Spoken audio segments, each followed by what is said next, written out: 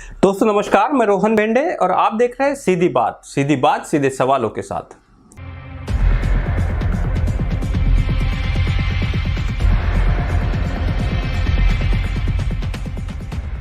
कल डॉक्टर कफील खान को हाईकोर्ट ने रिहा किया, इलाहाबाद हाईकोर्ट। उसी के साथ कल ही नताशा नरवाल को दिल्ली हाईकोर्ट ने बरी किया।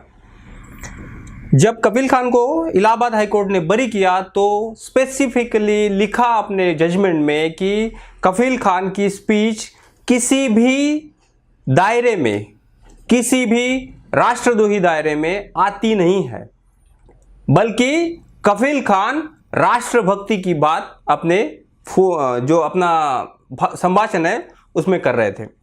नताशा नरवाल के केस में भी वैसे ही हाईकोर्ट ने जजमेंट देते हुए यह कहा कि नताशा नरवाल की एनएसए के अंडर जो डिटेंशन हुआ है वह इल्लीगल है। अब ये दो घटनाएं, दो अलग अलग डिफरेंट स्टेट और रूलिंग रेजिमेंट, इन सारे सेंटर में क्या आता है इस पर हम बात करेंगे और उसी के साथ मेरे कुछ सवाल है, उन सवालों पे हम जाएंगे। पहली बात, उत्तर प्रदेश में बीजेपी गवर्नमेंट है। दिल्ली दंगों की जो जांच कर रही है वह सीबीआई और वह पुलिस बीजेपी के ही अंडर आती है, सेंट्रल मिनिस्ट्री के। तो सबसे पहला सवाल यह है कि क्या अब हाईकोर्ट के जजमेंट के बाद बीजेपी रिजीम उत्तर प्रदेश यानी योगी आदित्यनाथ सरकार और सेंट्रल मिनिस्ट्री बीजेपी रिजीम यानी अमित शाह क्या इसके लिए माफी मांगेंगे? क्यों इल्लीगल डिटेंशन हमेशा सेलिब्रेट किया जाता है समाज में? क्या यह सवाल नहीं बनता है? इसी के साथ हाईकोर्ट जो कह रही है कि डॉक्टर कफील खान के केस में जो पुलिस आर्बिट्ररी हुई है, जो पुलिस ने रासुका लगाया है यानी से लगाया है, वह पूरी तरह इल्लीगल है। तो क्या यह सवाल नहीं बनता है कि वो आईपीएस ऑफिसर जो इस प्रोब को लीड कर रहे थे, वो सारे पुलिसकर्मी जो इस प्रोब में शामिल थे, वो सारे पॉलिटिकल पर्सन्स जो इसको सेलिब्रेट कर रहे थे और वो सारे सामान्य इंसान जो हमें गालियां दे रहे थे जब हम कफील खान की बात कर रहे थे 6 महीने पहले, क्या वह लोग सारे के सारे लोग माफी मांगेंगे? क्या यह सवाल नहीं बनता है? आप लोग समाज के तौर पर पूरी तरह एक पार्टी के लिए अपनी राष्ट्रहित को और अपनी राष्ट्रभक्ति को दांव पर लगा रहे हैं। क्या यह बात आपको समझ में नहीं आ रही है? इलाहाबाद हाईकोर्ट के जजमेंट को आप डिटेल में पढ़िए तो आपको पता चलेगा कि सामान्य जन की हक की बात उठाने वाला, सामान्य लोगों की बात करने वाला हमेशा पुलिस की और सरकार की रडार पे होता है। डॉक्टर कफील खान का गुनाह क्या था, क्या पता है आपको? डॉक्टर कफील खान ने जब हॉस्पिटल में ऑक्सीजन सिलेंडर की कमी पड़ी तो अपने जेब से पैसे भर के उन्होंने वहां पे ऑक्सीजन सिलेंडर का पूरा ट्रक खड़ा किया। क्या यह उनका गुनाह था?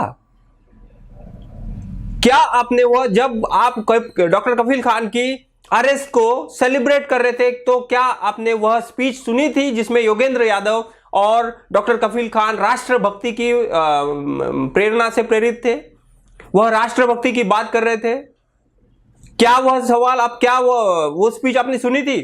तो किस बिना पे आप डॉक्टर कफील खान की या फिर नताशा नरवाल, पता है आपको कौन है? नताशा नरवाल वह स्टूडेंट है जो अपनी स्कूली शिक्षा के बाद जब वो ग्रेजुएशन का ही तब से महिलाओं के और स्टूडेंट के हक के लिए लड़ रही है। यूनिवर्सिटी में जब पिंजरा तोड़ आंदोलन की बात हुई तो पिंजरा तोड़ आंदोलन की जो सरगना थी, जिसने लीड किया था, वह नताशा नरवाल थी। जो हक की बात कर रही थी, उसी हक के बात करने के एवज में उनको क्या मिला? डिटेंशन मिला, वो भी कौन सा? अवैध। और इसमें सबसे इंपॉर्टेंट बात यह थी कि उस समय पूरा समाज भक्ति में लिप्त इसको सेलिब्रेट कर रहा था। तो मेरा और एक सवाल है, यही घटना अगर आपके साथ होगी तो आपके साथ कोई खड़ा रहेगा? क्या यह सवाल नहीं बनता है? क्या आप यह सवाल अपने आपसे पूछते हैं? योगी गवर्नमेंट क्या इसके बाद कोई स्टेटमेंट देने वाली है कि कफील खान के अरेस्ट के लिए हम जिम्मेदार हैं, हमने गलत किया, हमें माफ कर दीजिए? क्या इनसे यह गुजारिश हो सकती है? नहीं हो सकती है, क्योंकि उनको पता है कि सामान्य जन सामान्य वोटिंग पावर जो है उसको कोई फर्क नहीं पड़ता है, क्योंकि अगर फर्क पड़ता तो सुधा भारद्वाज, आनंद तेलतुंबड़े ये लोग अभी तक जेल में नहीं होते। मैं अभी भी कह रहा हूं, पिछले 6 महीने के पहले भी कह रहा था और 2 साल पहले भी कह रहा था कि जितने भी पॉलिटिकल इलीगल अरेस्ट हुई है ना, उसके बरक्स आपका आवाज उठाइए, वरना यह समय आएगा कि आपके लिए बोलने वाला कहीं नहीं होगा। आज के लिए इतना ही, कल और मिलते हैं, तब तक के लिए नमस्कार। Subscribe now and press the bell icon. Never miss an update.